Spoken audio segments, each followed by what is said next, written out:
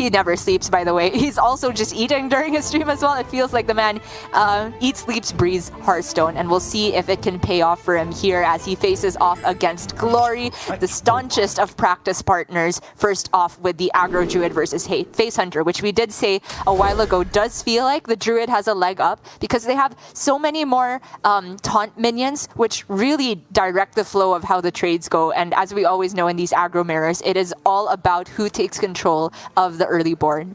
Exactly. Arena fans rejoice because this is Hearthstone absolute fundamentals coming into play in this matchup, which is why Alutemu, I fully respect going for the Battle Guard and the Annoyatron. It's just a way to cheat out mana at the start and looking for some extra taunt minions. But to be honest, I don't think Alutemu is going to need any help whatsoever. His hand alone right now could probably win the game because double piercing shot for Glory.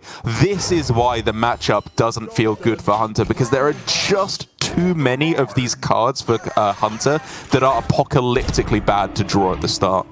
Yeah, all of the burn spells are just inefficient to be sending at minions here. What you want to see as Hunter is True Aim Crescent, small minions, and ideally buff cards. So at least that's a good top deck for Glory here. It's not out of the question that he just plays cards off the top from this point, and maybe that comes to be on par with what Alutemu has to do. Of course, he has to kill the Razor main in by next turn, essentially, because then one of these 5-cost minions is going to cost 3 and be playable. But within this window, Glory could maybe still get there. Neophyte off the top is clutch for Alutemu. He didn't really have any good play otherwise. The problem is, though, how are we structuring these next few turns? Hero power on this turn is kind of good, to be honest, just to be able to chew through the Shima and then use the Annoyatron to take out the Kolek as well. But then, of course, you are sacrificing your Battle Guard, which just deletes your next turn. You really, really, really want to play Greybow or Teacher's Pet. But the way I see it, there's just no way to ensure that. Yeah, the Battle Guard is 100% dying, so the best Alutemu can do here is have it be on his terms, which means hero power, so that he can at least take the value trade with his Annoyatron on the Kolek. Hope that Glory doesn't have a strong development. And then once Alutemu hits turn 4, he has a very powerful play to regain board control. The Park Panther, the combination of Rush and the 3 attack you get is oftentimes removing 2 minions for the cost of 1 favorably. Glory here, obviously pretty sad at seeing the Warsong Wrangler on this turn, but the good news for him is that Alutemu also is looking to have a pretty weak turn, and Warsong Wrangler the turn after may be the extra value he needs to see him through the mid game, because with Alutemu going Watch Post, I guess that's not bad. It means that if he wanted to go Rhino here, it's coming down on turn 6 because the Wrangler with the Watch Post doesn't interact very favorably. But I think Glory should just take maybe Volpertinger here just to be able to play that alongside Quick Shot next turn. There's the alternative of just playing Piercing Shot on this, but I really hate it because Alutemu has a lot of minions that are higher health than this. Wait, what? Did he forget that Volpertinger is going to cost 1 more? I don't think so. I mean, like, I think it's still fine what he did, but based on this reaction, it looked like he forgot. I don't know what happened, Derek. So he wanted to go Volpertinger plus Piercing Shot next turn. He can still do it with the Quick Shot. Yeah, That's exactly. fine. Like what we said. That's weird. Calm down, Glory. It's so okay. weird. Yeah, like... You should be happy this isn't at a LAN, because Alutemu would have seen his reaction and like, you messed up. Okay, but I still agree with what he did, because like we were saying, the Piercing Shot has to be saved for things like Teacher's Pet, Greybow, which Alutemu has access to either of them here. I think it's probably Teacher's Pet, because even if the Greybow dies here, it's not necessarily good for Alutemu, because Glory might just not kill the Watch Post for the rest of the game. That's true, yeah. It's the invincible Watch Post at that point because it has a Greybow Death Rattle on it. But like you say, Glory's mana isn't Glory's concern right now. I don't think there's a strong argument for 2-2-1, even though he would technically get 3 targets for the composting. Yeah. Because none of them trades particularly well with the Volpertingers. Like, you could buff the Watch Post, but again, by that point, Glory would just leave it alive, I think. Ignore it. Subscribe to Alan's way of thinking. And now Rhino for 6 cost, it's fine. It means Glory gets to spend all his mana. I love it. Pat Kodo as well. Yep, absolutely fine. It's weird now that Pat Kodo is actually one of the bad beasts. Like, that's how good the Death Rattle pool has got off of Teacher's Pet. But Glory going aggro here with double piercing shot, aim shot. He's breaking this wide open. Again, we see that Hunter has the... this is the advantage that Hunter has in the matchup. It's weaker on average at getting bored, but it can just at any point say, I don't care about board anymore, and transition to that burn plan, which I think is very smart from Glory. I'm unsure, because like a lot of the buff effects from Alutemu, Arbor Up, and Adorable Infestation allow the Kodo to take a value trade here. As it happens, it's not taking a VT, it's trading into the Rhino, but I honestly think the alternative play of buff VT and play like a Park Panther was decent there for Alutemu as well to get the full board clear. But this one's probably better to stem any bleeding, which is probably what Alutemu prioritized because Glory went more aggressive, so fair enough. But the thing is that for Glory, like, if you are leaving your opponent with the ability to go value trade into one of your Vulpetingers, that means the Rhino is very likely surviving, or they have to tank it with the hero power, and then they don't have much mana left. I think that if they do go for the VT plan, you punish them for that greed with all the burst spells you have in hand. Yeah. Fair enough. He also had the double piercing shot, so it is pretty much just calculated from Glory here. Not bothering with the Felmaw. Hero power is just better. I completely agree. He just doesn't want to play minions here, lest Alutemu be able to trade in with his Marsoul and regenerate the Grey Bow. Glory simply has aim shot hero power for 7, piercing shot for 5. So across 2 turns, Glory has lethal... yeah, for sure, because all Alutemu can do is hero power, I think. Right, and do you really start weaving those in? Like, you know that one of those cards has been in the hand for Glory since the start of the game, which definitely implies it's some kind of a burn spell, probably piercing shot, to be honest, could be a pretty strong read for Alutemu, as most other things would have been played in the early game. But can you really afford to not play Park Panther? Like, you have to set up for them at giving you 2 turns, and you top deck Arbor Up to somehow squeeze out the win. Yeah, completely agree. It's Park Panther here with, I guess, the Squirrel for maximum damage output. The composting is never relevant because, once again, Glory is never killing minions from this point unless it is just automatically lethal. But the thing is, because Alutemu didn't play hero power, he loses to the exact hand from Glory, which is aim shot and hero power face this turn, and then piercing shot, hero power the next turn. Yeah, however you want to do it. Like, I guess piercing shot this turn to take damage off the board. I don't know. I don't think there's any way it can be disrupted from Alutemu. 9-10 Arbor Up would not have been lethal either way, but no harm in Glory doing this because Alutemu has no way of gaining health. Or at least enough health to get out of the 7 damage breakpoint that aim shot hero power provides. It's a lock.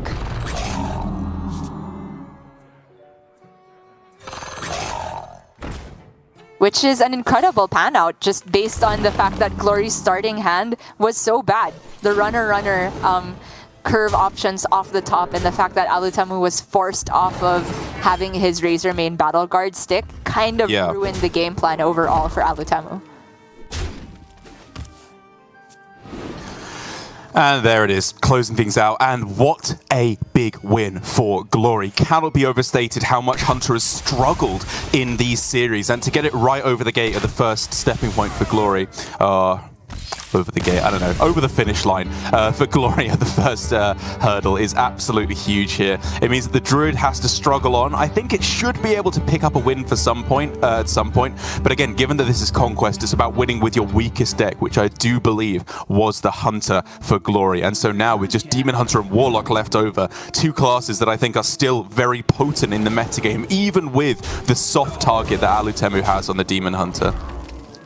Man, I think Glory and Possessi could maybe learn a little bit from each other in terms of betraying reactions, because Glory kind of reacted like it was the end of the world when he got the Vulpertinger, and it was fine. It was probably still the correct play, whereas Possessi, even though he has made a mistake, just looks like he's completely unfazed by it, at least on camera. Yeah.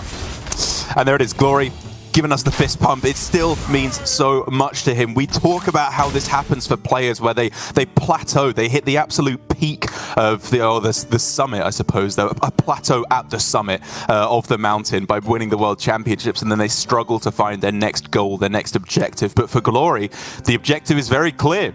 Do it again. Get another spot at the World Championships, potentially get another win, because with a strong start here against Alutemu through to the semi-finals, it's only 3 more series that he needs to win to be able to get to the World Championships, which I know is against some of the best players to have ever touched the game, but Glory is among those few players in his own right. And so with the Demon Hunter against the Rogue now, I think that Glory has managed to sneak himself another fantastic matchup. This is his chance to win with the Demon Hunter as well. I mean, I don't think the previous one was a good matchup for Glory, but he did manage to get the win, which is huge because we talked about at the beginning of the series how the Face Hunter could be the deck that Glory would struggle the most with, maybe similar to what Surrender went through yesterday, having to save it for last every single time and give it 3 whole shots before it even gets a win, but that is not true for this story for Glory. This is definitely a lot more doable now that the Hunter is out of the way. The Demon Hunter into the Rogue does feel like a pretty good matchup indeed for the Demon Hunter. Rogue just struggles to get the game plan of the combo online because the Demon Hunter will constantly be shuffling cards back into the deck, resetting discounts, getting the Rogue farther away from being guaranteed to draw all the bleeds. And if the Rogue goes for like a halfway game plan where they just hope to draw bleeds off the top and it's not a guaranteed lethal, the Demon Hunter can punish that by healing right after. And it's unfortunate for Rogue as well, because in terms of the alternate win conditions you have, because I think in terms of the standard game plan, you've hit the nail on the head. Absolutely, Rogue struggles to draw through their deck and do the combo without being hit by Glide. But if we think back to Alan vs Surrender a couple weeks ago, where Surrender it was the Brute hybrid version rather than the current OTK version, and he was without Immolation Auras, as we keep referring back to. And Alan just went for a full board plan, relied on the fact there was no removal for Surrender whatsoever, and just won with a bunch of scrappy minions. But the removal is also there now for the OTK Demon Hunter, and it's very powerful removal as well. So the board-focused plan also struggles to get there. So it's about striking this really awkward balance where you're making plays like this, dumping cards that don't draw cards from your hand, so that if Glide does eventually come round, you're drawing a nicely reduced deck that is just card draw effects. Both players should keep in mind the ratio of card draw to other things in your deck at all points. If that ratio is high, then you're always a bit more what's the word I'm looking for? A bit more durable versus Glide, a bit more persistent against that effect. Whereas if you don't have the card draw, even if it's a card that's slow like Shroud of Concealment, the thing is post-Glide, that is one card that replaces itself with 2.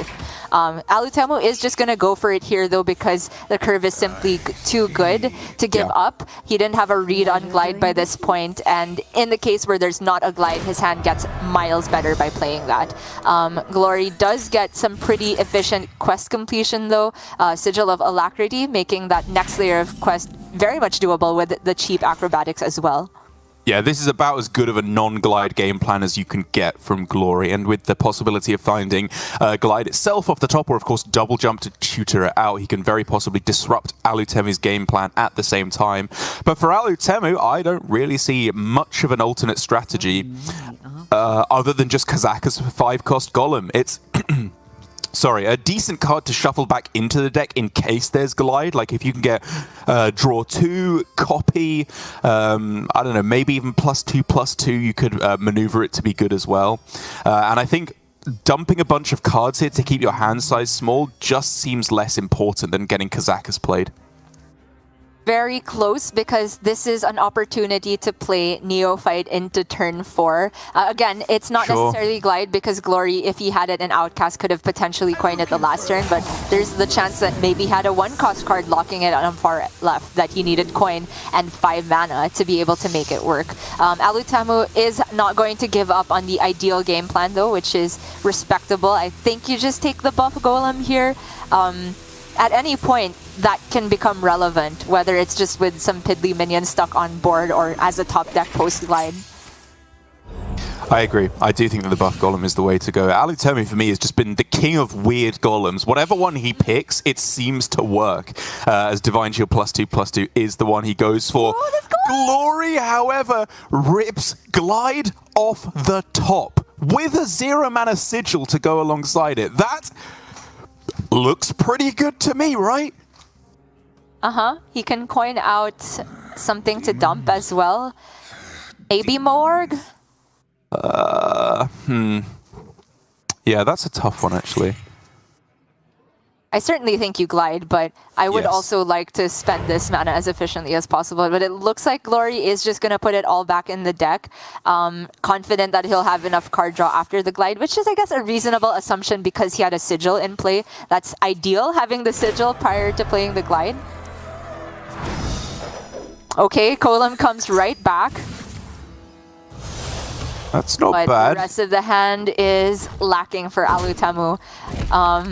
He goes straight away for Secret Passage. I was honestly thinking it might be Golem here, even if it's just buffing one minion. Having 2 5/5s, one of them with Divine Shield, seemed pretty powerful. Oh, but ends up with Prep and Swindle. I want to prep the Swindle. Okay, yeah. I think the animations are struggling to keep up with Alutemu. Uncharacteristically fast here. He's usually a much more considered player. Shadow Step is a very interesting proposition on this hand, though, because obviously it can be used with Kazakus. Could theoretically even be used with Octobot just to get it for 0 mana in hand. I don't think that's necessarily correct. But just because Kazakus isn't generally what you want to hit with Shadow Step in this matchup. Not generally, but I think just having any additional cards come back to Alutemu's original hand would be huge here. He looks like he's even deleting this Brain Freeze. That would have been in the original hand, right? I don't think so. Oh, no? I think it was the Shadow Step that came from Swindle. Oh, okay. So that makes a lot of sense. Oh no, deleting it from his deck. Maybe you're right. Maybe that would have been in there originally. I don't remember. We have to check. Yeah, kind of weird. But my whole point about stepping Kazakus was just so he has more fuel in this hand because it had a field contact. Right. And even going for proccing the Octobot tool there was kind of weird because there's a reasonable chance that Glory won't be able to proc it himself on the following turn, and then you get to discount a much, much better hand, whereas the hand that he did discount was pretty useless, right? Well, it comes back to that Brain Freeze. I think stepping the proccing the Octobot allowed him to delete one more card from Passage, but again, I'm not really sure if that would have returned to original hand or not. Can check it later. But the important thing is he picked up a cheap draw golem, so that's counting for 2 draws once he plays it with the field contact, and that's really the whole point of Alutemu's play, just trying to recoup for everything that the glide took from him. Glory here with all of these combo pieces and a difficult time to outcast the Spectral Sight. I think it's probably worth dumping a Fell Scream to do so, but he says he's floating 4 mana, doesn't want to spend a Fell Scream so easily. Yeah, just setting up for that one complete turn where he's going to hopefully complete quest and clear the board and heal all in one turn. He's obviously got plenty of mana to work with on the following turn. But now it's time for Alutemu to go in, drawing 2 cards off the Golem here. Poison is not bad, honestly, if it can just bait the weapon, but with the Fell Scream Blast, probably going to be more important. And then Penflinger Shadow Step on the field contact? Yeah, I do think he has to step field contact, but well, hopefully for him he draws something cheap to do with the Penflinger next turn. I mean, with the 1 mana remaining this turn. Wow! Alright. Just looking for immediate draw. If he ends up with the other field contact in hand, this is ideal. Or Swindle, okay. I guess you save that for next turn and just play your other cards that don't necessarily draw cards this turn. Yeah? Not one thief? Oh. Okay, this to me tells me that he is hedging against Glide once again. Yeah. One Thief is one of the worst cards to play into a Glide. You have a Mage spell, which is on average worse than the rest of your deck coming back to the hand, and the Penflinger also would have returned to his hand. It's a halfway play, and one you would not do if it were in any other matchup.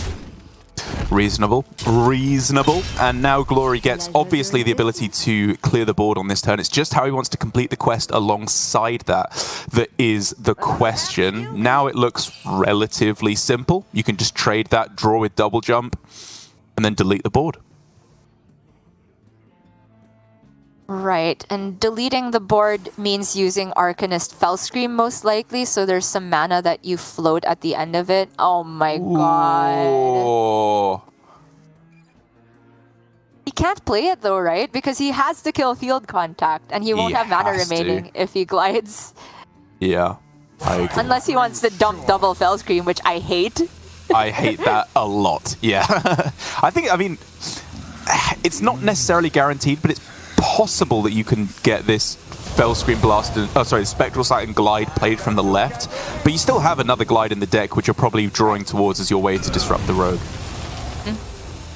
Fair enough. Order looks a little bit weird, but he just wanted to dump the I-Beam in order to outcast the Spectral Sight, which means that he didn't heal maximum from the Fellscream Blast, but he does get to retain a 1/3 on board, which he would have had to target his own minion with the I-Beam in order to outcast Spectral the other way around.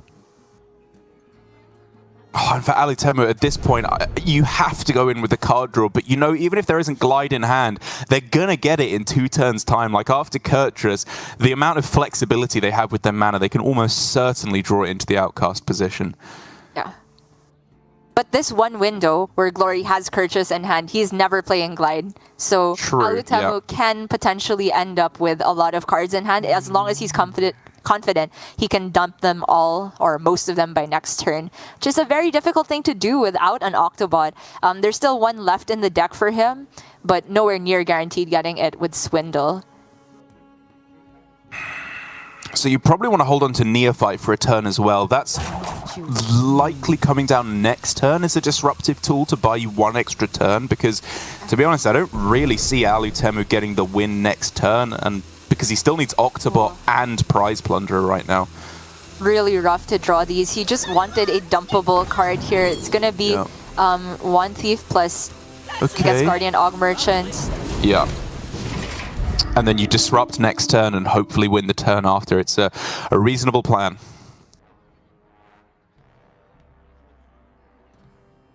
Thing is, even with the disruption, Glory will be able to play the Glide. However, outcasting Glide in the near future is a tough proposition because that's his last Fellscream Blast, and he also used an I-Beam. So in terms of getting game-ending damage from Il'gynoth in the near future, it would only be the other I-Beam, and I guess one other studies in the deck could pick him up like a Chaos Leech or something. But with both Morgs in hand, he does kind of want to Glide at least part of this hand back. Yeah, he obviously has second Glide still in deck because this one was generated, and so the chances of drawing it off of double jump or that acrobatics now as well is reasonably high, I think. So I wouldn't mind just going for finding it that way rather than dumping the Fellscream. And this is rough without Octobot. Is this the turn Alutemu can play his buff golem finally? Means the Kurtrus sticks around, but I don't really see anything else better to do with the mana unless it's Secret Passage, because he doesn't want to just use the Ethereal Og Merchant without the Garrots being played immediately after. Exactly, yeah. With both Shadow Steps used, he doesn't necessarily need both points of spell damage, but it would make things an awful lot simpler if he were to have it. I'm looking at Guardian Og Merchant, the Neophyte, and just play the Golem buff. Swing into the 1/1, send 3 damage face with the 1 Thief, except that there's Kurtrus, but with the Neophyte, it's going to be hard for Glory to kill on the other turn, and if he's going to blow up the board, potentially the Kurtrus dies as well at the end of it. I think I prefer Passage. There's a second Neophyte still in the deck. You can find that and disrupt them yet further. That makes it almost impossible for them to kill you with a double Neophyte or in play. You can dump the Prep as well if you want. Yeah. Okay. So Alutemu will have 3 cards left in the deck by the end of this. He needs to top deck Field Contact for this to work. And meanwhile, Glory needs to set up his own 2-turn lethal or outcast the Glide That's right. Once again, though, the double Neophyte and the fact that this is his last Fell Scream makes the glide for Outcast an impossibility. Well, it would cost 4, right? So it would still be possible on this turn with just getting it off the double jump, sorry?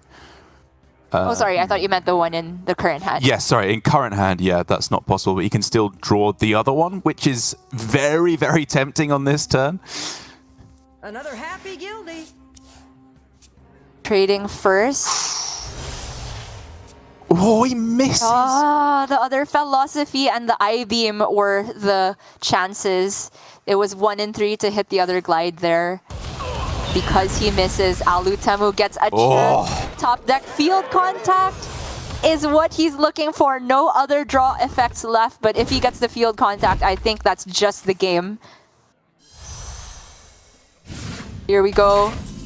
Handflinger, Octobot contact. There's a contact! Okay. Okay, you draw off of that. You pray that it's Octobot, yeah. Yeah, exactly. It's not. Oh. So I don't think there's mana anymore, right? Okay, you have to play one more card to get the Octobot, so you're down to 4, and then you have to Octo proc, which is 3, which means that each Garrote costs 1, but you can only play 1. Not enough. Just not there, but you can just go for it and okay, the board or kill me next turn. Like, so how much does he deal with +2 spell damage? That's 4 times 4 is 16, right? yeah, not enough. I think Glory just counted it. I think he's fine. Yeah, he knows what's up. No discounted cards in hand. Octobot 1 off. I respect Alutemu for going it, but it had to be literally 3 cards stacked in the exact order of field contact, Octobot, and then Penflinger for him to win the game. And it wasn't quite there. It's 1 mana short, Derek. Unbelievable. Glory gets there in the end. Glory missed a 1 in 3, but Alutemu honestly had to get even luckier to have immediate lethal that turn because he had to win a 1 in 3 into a 50-50 for the correct stacking of the deck to happen. Such tiny margins at the end there. Yeah, it really was. I respect the way that Alutemu played it. It's again, very emblematic of the way that Alutemu plays. He's not a risky rogue player, I'll say, but he's a very unconventional rogue player. He's not afraid to take lines that other people wouldn't take. And it really comes down to, I think, his use of shadow steps this game is where things got very funky, right? Because he did it on Kazakus, which I understood at the time, absolutely. He was on a secret passage and he had to start dumping cards from his deck. And then on the Kazakus Golem, right? The 1-cost draw a card Golem, which was interesting. Again, like, it got him extra card draw. It did get him closer to the bottom of the deck, but it meant that when things got through to the end, his very liberal use of Shadow Steps and Octobot as well in the mid-game meant that the mana was just too tight. It is true, but I don't fault him for going for it anyway, because if you have to get super greedy with the shadow steps, you walk even harder into a glide game plan. It's such a delicate balance that you have to strike. Maybe Alutemu was hoping he could get a little bit more minion damage somewhere in the mid game as well, but one way or another, it means Glory is once again on the verge of winning the series. He hasn't dropped a single game today yet, Derek. Can he do it with the Handlock versus Aggro Druid? I think that Aggro Druid has a much better matchup versus Handlock than I initially thought. I'm still hesitant to call it favored because you do need to draw a lot to be able to survive against Soul Rend, but if you can constantly make boards that make the Soul Rend awkward, Warlock can just get pressured too much by the incremental damage. So how are we feeling about the Druid mulligan? Because one thing I've been consistently surprised by when players play against Warlock and Demon Hunter is keeping composting, which I hadn't really considered before. Yeah, I think Alan did this yesterday, and the way it panned out, it's just really good, right? I just said you need to have enough card draw to make sure you have the fuel to outlast Soul Rend, maybe even 2 copies of it. And I think composting is a key part of that game plan, especially if you're on the coin. So I wouldn't be surprised to see Alutemu keep 1 copy with the Squirrel here. Just keep Squirrel, though. That's reasonable. I think the Oracle of Elune was a bait there. It's too susceptible against Warlock, and so finding more resilient immediate options makes more sense, but composting was an interesting one.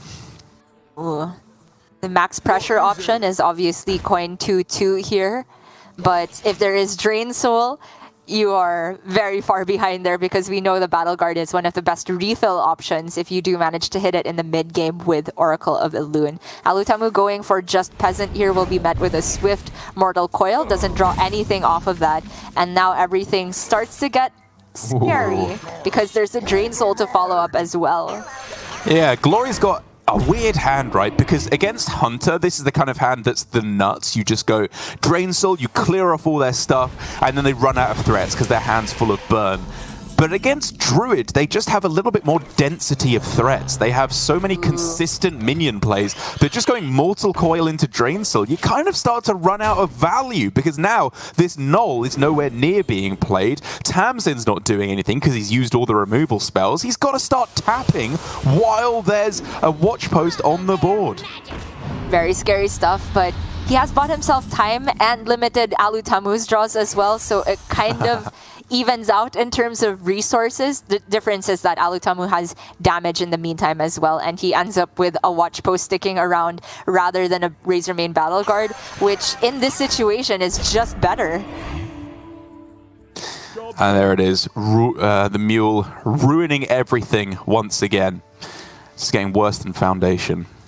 But Glory... Turn button, okay, I was going to say that turn is green, which means Alutemu didn't press it yet. I wonder if he was waiting for production to come back. I was going to say that's so considerate. Press the button. Okay. Yeah, we'll get that sorted as soon as possible. Our production is well acquainted at this point after the Americas broadcast with the Pack Mule interaction with Language Hacker drawing it seemingly every game.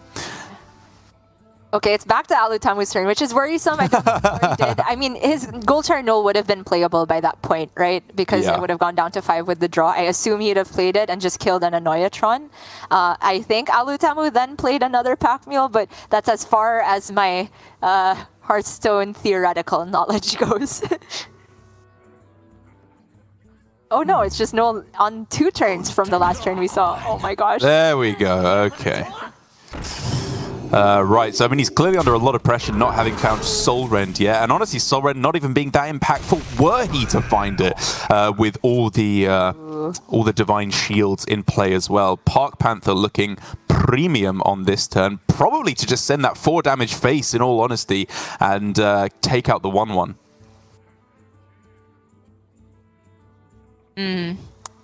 You could argue that killing the Null preserves your 2-3, but if the scariest thing to happen is Soul Rend, then maybe you just don't, like, if there is Soul Rend, it's gonna die anyway.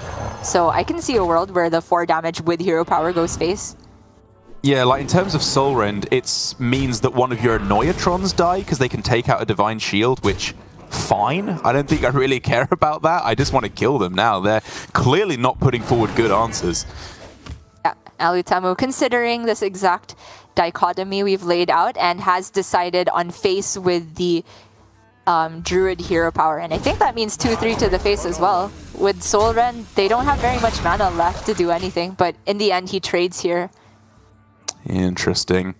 I guess the Soul Rend, if you leave another minion on board, means just Soul Rend into Scavenger is a possibility. Yeah. Okay, well, Tamsin double Drain Soul is nice on this turn to actually make the Giant playable as well, right? With the double changing of your life effect, that's a pretty big difference, especially with next turn. Tap, Altar of Fire, plus double Baron Scavenger as well. This is actually turning around now for Glory. Was there any possibility to start the turn with Raise Dead and play a Null if you got it? I think he was just a little bit mana short.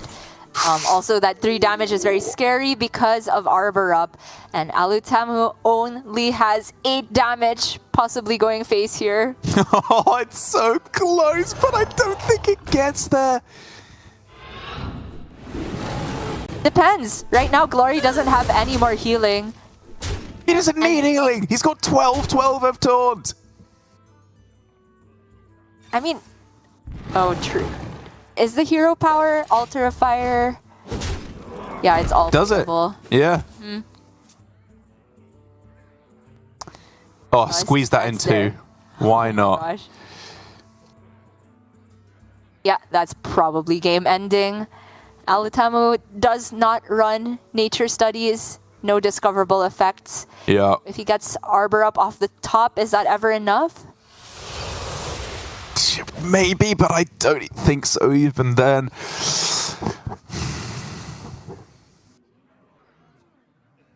Obviously, Glory Insta altar. can... Yeah, he can't really mess around with Raise Dead, obviously, because he'd just be dead, but he would like to get back the Tamsin if he could to double up on the touch the Nathrazim. But more importantly, you just play your wall of taunts and you pray that that is enough. Double backfire going down. Who even cares? This, I think, is too much for Alutemu as he's coming to terms with the fact he's going to have to battle it out in the decider match later on today. I mean, wait. Am I crazy for not thinking this was over? Like, even with... If Glory didn't have the touch of the Nathrazim, Alutemu legit had an Arbor up out for lethal. Oh, really? Here, Fair enough. Okay. Glory, obviously is in the driver's seat now, but is a long ways off from killing Alutemu immediately because he has his own Wall of Taunts, which he can give some of these Divine Shield as well. Park Panther and the attack you get allows you to chew through 166. Okay, good point. Good point. I may be getting ahead of myself. Not over, and Glory has used both. Oh, sorry. I think both touch by now, at least one. Just and one. He lost a Blood Shard Bristleback. Again, sorry, we can't check the deck tracker if we had to reconnect because of Mule Bug. And now he face tanks the rest of the 6-6. I think you have to leave the taunts in place because of Battlemaster. Right. Oh my god, this is so close! It is! Oh, is he trading? He's attacking, okay. Is Battlemaster lethal now? 16? No, it's 22 damage.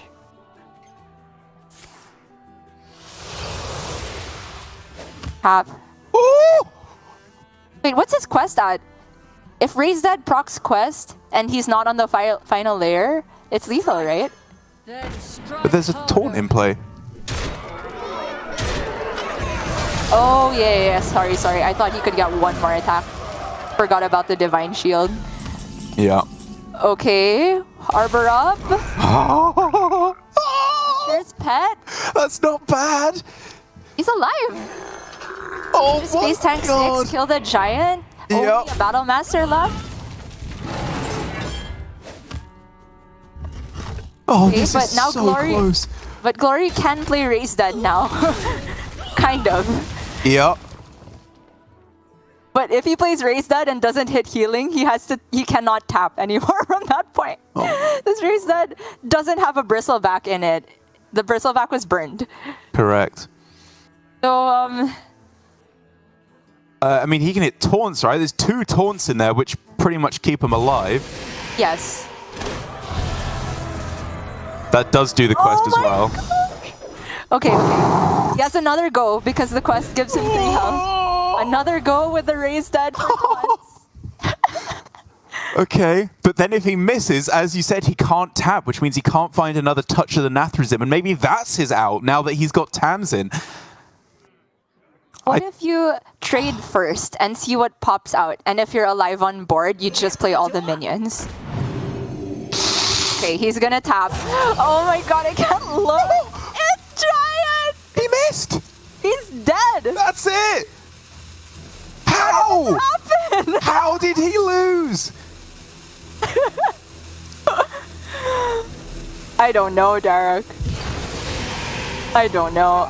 Oh, he got the taunt, but he's dead! Oh! What a game! He's alive, but he's dead. Man, I thought it was over when the taunts came down, but the lack of Bristleback was the difference maker. Glory had so little health to work with, and Alutemu putting forward just tiny minion after tiny minion. That acorn at the very end was lethal for some reason. Unbelievable. Absolutely unbelievable. I was literally calling Alutemu out of the running already. Double Scavenger with a Giant on board, with the Battle Master as well, but of all cards, a Noyatron is what keeps Alutemu in the game and means that he's going through to find one more chance in the series. 2-1. He gets his foot in the door, and now with a couple more chances to sweep the handlock, Alutemu is first of all going to go to his Warlock of his own. So it's going to be a handlock mirror to decide whether Alutemu gets a final chance or if Glory is going through to the semi-finals. This is a real pet favorite of mine. I absolutely love this matchup, and we haven't actually got to see that much of it recently, it feels like, as handlock has been nerfed and nerfed and nerfed and faded away into less popularity. True, and both our players, despite maybe not having prepped together, have landed on the exact same 30 cards. It is a true mirror here, Darok, and this one rides a very fine margin of turboing out Flesh Giants and turboing out Blightborn Tamsin, because either one of those game plans can get you the win, and you have to kind of have a read on what your opponent has, because if they have like a very easy answer to Giants, say like Soul Rend or Tamsin Soul Rend, all of your efforts of getting the Giants down early can fizzle out. But if they have threats of their own and you haven't done anything except get to fatigue so you can play the Tamsin, you can die from the minion damage too. It's exactly right. It's and there's even more axes that you have to be moving along in this matchup. Like the burn part of your deck, in terms of deleting your own cards, is so interesting because in one aspect, absolutely, getting a huge Soul Rend can be fantastic. You get through your whole deck and start killing your opponent with, as you said, the Blightborn Tamsin. But then you potentially run out of removal. You potentially burn a Backfire, burn Mortal Coils, burn Giants. The cards in your deck are there for a reason. They're good. You want to play them. And so I think this one is an incredibly skill-intensive matchup, and one that, in all honesty, I have a terrible win rate in. I feel like I learn something every time I play it, but still, whenever I creep up into top 100 Legend, I just get outplayed in this matchup. Well, in terms of opening hands, I think Alutemu has the better of it, especially with this Backfire. It already looked better for him because the Flesh Giants were safely in hand, not going to be burned by an Altar of Fire, and he had Tour Guide, which is low-key one of the best cards in the matchup just to get you faster taps. But with the Backfire as well, now he opens up a cheap Noel possibility for another run off the top to cost 1, and the Giants get cheaper and cheaper. It's just looking great for Alutemu. Yeah, Tour Guide's a really weird one. I think when Flesh Giant cost 8, it was much more often to not play Tour Guide because you really didn't want to raise dead it. But as you said, now that the Giants are more expensive, giving yourself cheaper taps, even if it means you have to raise dead a 1-1 instead of an 8-8, is absolutely worth it. But Alutemu with a Netheron off the top as well. Forget about fatigue. Blightborn Tamsin is a long way away when you are facing down a Netheron Null on this turn. Alutemu has got the nuts. This is the perfect pan out for this deck. No kidding. Another on Null on 4, completely full hand, something dead in the raise dead pool, and if Glory clears this, he can raise dead another big threat as well, possibly 2. There's a Tour Guide that kind of ruins that, but even Tour Guide is not a bad thing to get back because he has Flesh Giants. Glory, best he can do is his own another on. It looks like Soul Rend without Mortal Coil to go along with it is just not good enough here. Gonna play Neophyte, which at least makes the race that's slightly inconvenient for Alutemu here, but man, he's like so close to lethal already. He is. That 1-mana raise dead is a little annoying because you'd love to use that to cheapen your Giants. I mean, potentially even to the point where you could play both of them on this turn, although I don't think that's any longer a possibility with the Neophyte. So we're looking at ways of trying to swing the board in your favor while still getting Giant down, but I guess even then, with Giants, you kind of want to play them both at the same time, so it's just one killing blow. And so theoretically for Alutemu, I could see it just being like a Cult Neophyte, Null and Touch of the Nathrazim to take out the a Netheron on the other side and then just go face. Kind of like raise deading it though, right? He reads it here. You go Neophyte, raise dead, and with the 2 mana spare, you can still play your Netheron and Tour Guide, and I guess go face with the Null. Maybe you VT over Neophyte to make a Soul Rend a bit more awkward for Glory. Instead, going with Touch and then raise dead instead of Neophyte. Fair enough. Makes sense. But now, as strong as the Giant even further and removes the Neophyte while letting him push the Null face, so it's probably just better than what I mentioned. But man, this is going to be the Kaiju battle that we have been waiting for, Gia, because with all these big threats for Alutemu, Glory now has one heck of a powerful turn in his own right. Double Raised Dead to get a Netheron and Neophytes. Giant's going to be playable for like maybe even 0 mana on this turn if you can complete the quest as well with a tap, or at the very least 2. It's just about managing his hand space at the same time, and of course, being afraid of just straight up dying on the other side to a BGBM. Yeah, I mean, if he double raised dead here and doesn't touch this board, it doesn't even have to be BGBM, right? It's just like quest progression. True. Because there's already 14 for Alutemu here, and if Glory takes 6, he's down to 15. So I actually think he has to tap to find removal? Really? Oh, doesn't find it though. Okay. So what, well, Soul Rend? I hate it. I wanted to start Raised Dead, like just play another Netheron. He can still do that and a Giant, but he has 10 cards. He has a 50-50 to just get Neophyte. Yeah, true. Absolutely dreadful. Of the BGBM. Yeah. But this is also just terrible for Glory. Neophyte, tap, double Giant. This board. That is disgusting. I mean, he could theoretically even go like Altar of Fire, Backfire, but I mean, I guess tapping every turn is just better anyway. You don't need to worry about quest progression quite yet. Just go with the double Flesh Giant, say, answer this, my friend, or you are out of the game. And answer this, Glory decidedly cannot. Nope. Not a Null for himself, not a Soul Rend, not an Unstable Shadow Blast to the hand, 0 reactive capability. Well, I guess, wait, hold on. He can alter and play 2 Bristlebacks, but he can play only kill 1. Oh, yeah. He was under Neophyte. Yeah. Never mind. And so now, okay, this is a pretty powerful outcome, to be fair. He can stay alive unless there's some extra removal available to Alutemu. He can go for it's 7 out of 8. Yeah, if you tap, you get the 3 damage, and then you go, like, trade Neophyte, Soul Rend, Mortal Coil, kill the other. Yeah, and then you that's lethal. 16 face. Yeah. I wonder. I hope he sees it. He is 100% going to see it.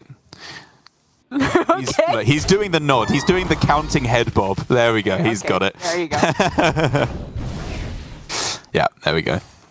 And Alutemu getting a clutch victory. One of the best draws I've ever seen. In a way, I'm disappointed because I do love it when this handlock mirror goes down to the late game. But on the other hand, I'm ecstatic, Gia. Alutemu's still in the running, and we're heading to another Game 5 here. It was nothing but Game 5s yesterday, and after a very quick sweep for Glory in the first series, he's got his work cut out for him now because he has one final chance to get this done. It's going to be the Warlock again for Glory and the Rogue for Alutemu. This is getting so exciting. I mean, this entire series has just been, if we're going to graph it, Daruk, in terms of how close it looked on either side, it looked like super one-sided for Glory at the start. And then the second game, you know, still pretty decidedly in his favor. Third game, nail-biter. Glory, we thought he already won it, but Alutemu somehow managed to pull it back. And then this one, it's already looking like Alutemu was kind of one-sided there. Granted, his opening hand was amazing, and Glory didn't really have enough removal options to beat the early Giants. Does that mean in this last game, it's going to be an absolute stomp, and Alutemu completes the reverse sweep?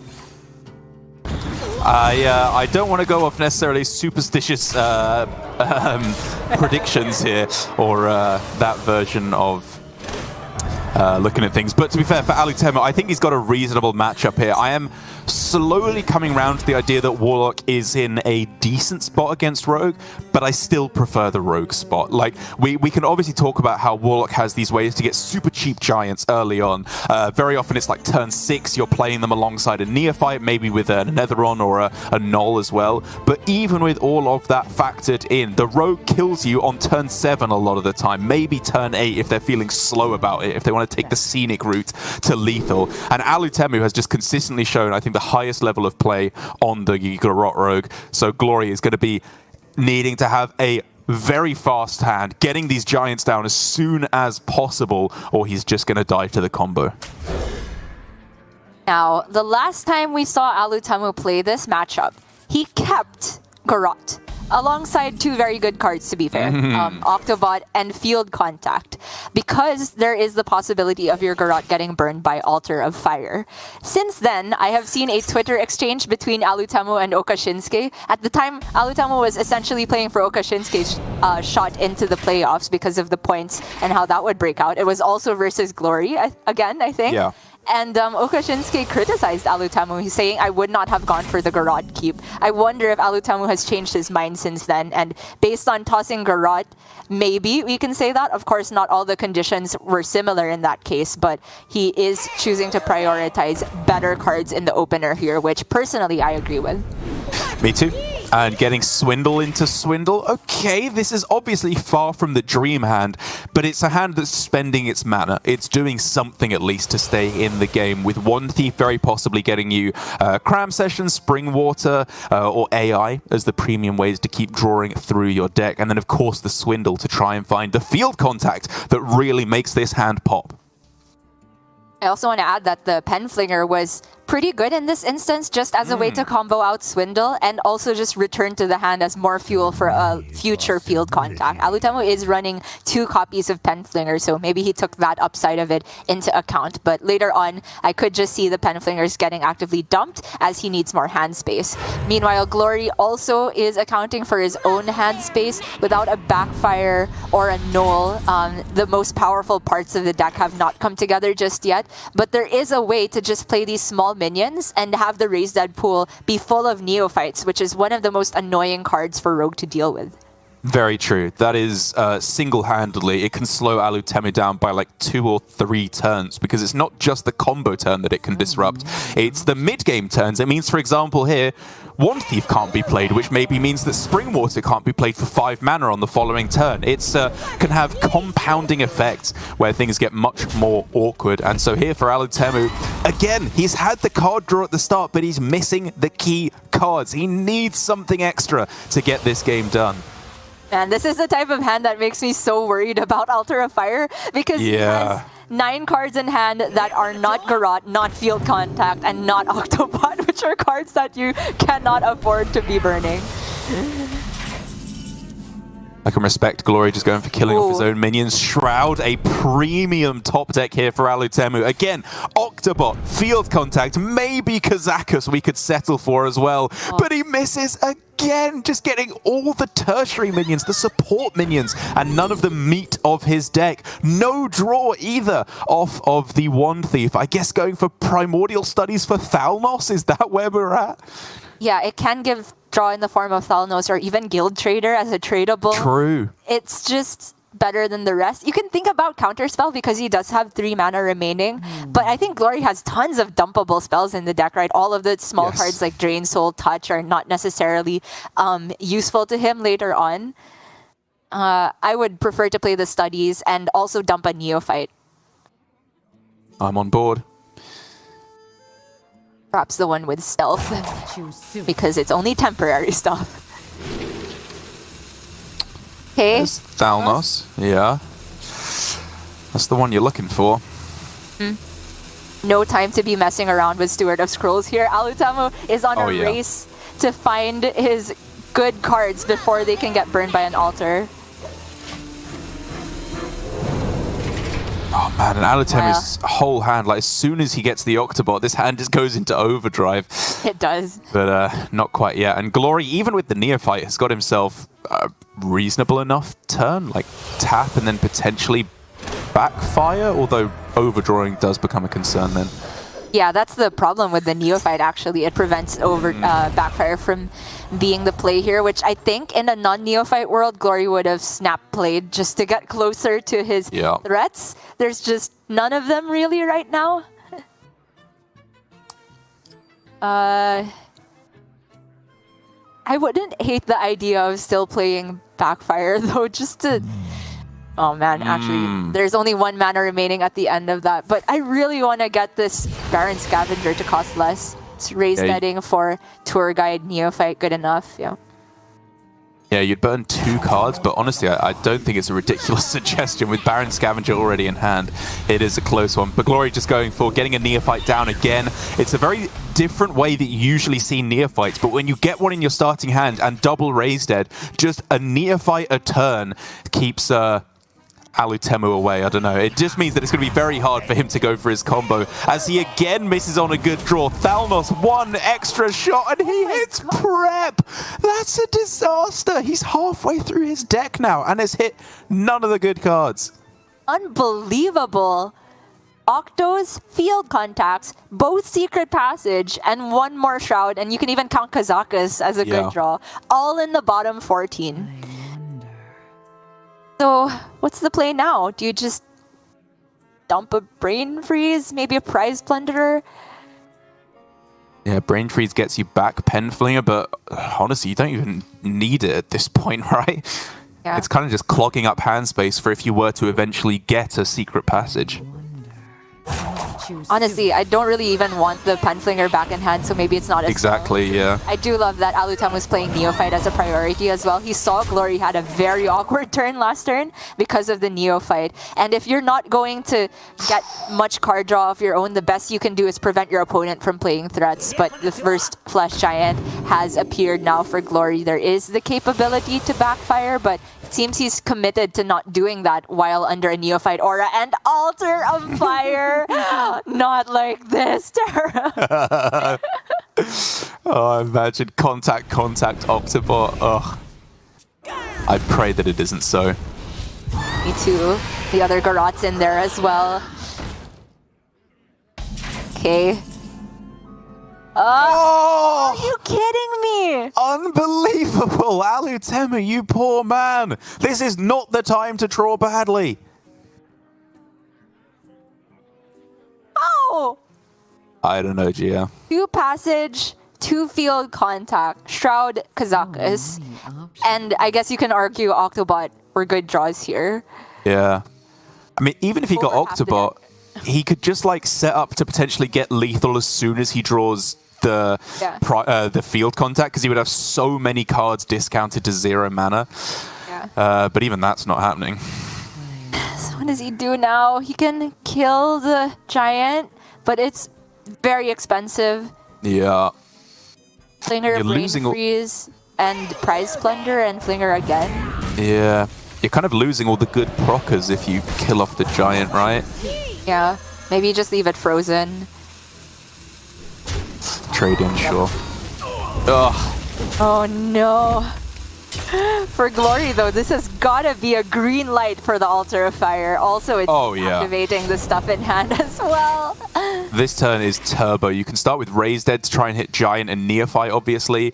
It may even end up being Backfire rather than Altar to activate the Scavenger, just because you have a chance of extra Giant, extra Scavenger. He does miss, though, on the big threats. More bones to gnaw. Yeah, well, again, the Altar does not necessarily end up positive for Glory, right? Yeah. You can't have a super perfect read on there being no amazing cards in Alutemu's hand right now. Sometimes the Altar can just thin Alutemu's deck and get him closer towards Field Contact. You just cannot calculate the odds on that. So Glory's focusing on building threats here. He threatens lethal with BGBM. And Alutemu's only removal now is the other Prize Plunderer. So the play this turn has to be Field Contact is the next card in my deck, right? Because otherwise I don't think you're winning the game. And so you go Octobot, proc it, probably step it as well, because you're going to need the health to put spell damage onto next turn to win the game, and just discount more cards theoretically as well.